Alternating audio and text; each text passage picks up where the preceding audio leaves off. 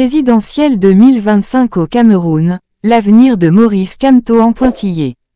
À l'approche de la présidentielle prévue en 2025, la question qui taraude les esprits au Cameroun est de savoir si l'opposant Maurice Kamto se portera candidat.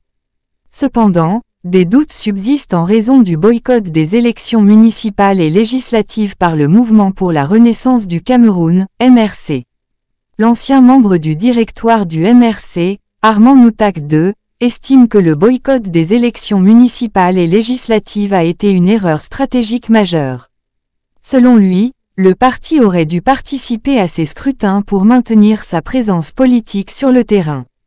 Il affirme que le boycott a été perçu comme une opportunité pour les adversaires de Maurice Kamto, qui ont ainsi marqué des points en vue de la présidentielle à venir.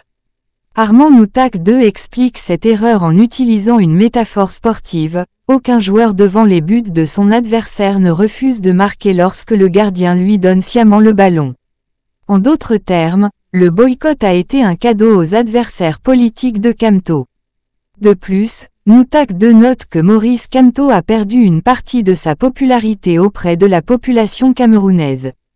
Il prend pour exemple la récente apparition de Kamto lors d'une exposition à Yaoundé, où il n'a pas réussi à rassembler une foule significative, en contraste avec son passé politique. Il attribue cette perte de popularité à des erreurs politiques accumulées au fil du temps. En ce qui concerne les autres acteurs politiques de l'opposition, Armand Noutak II est pessimiste quant à leur sérieux et à leur capacité à mobiliser un véritable soutien populaire.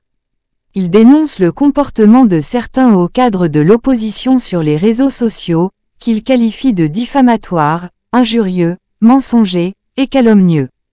Selon lui, ces actes nuisent à la crédibilité de l'opposition et laissent penser qu'ils ont renoncé à convaincre le peuple.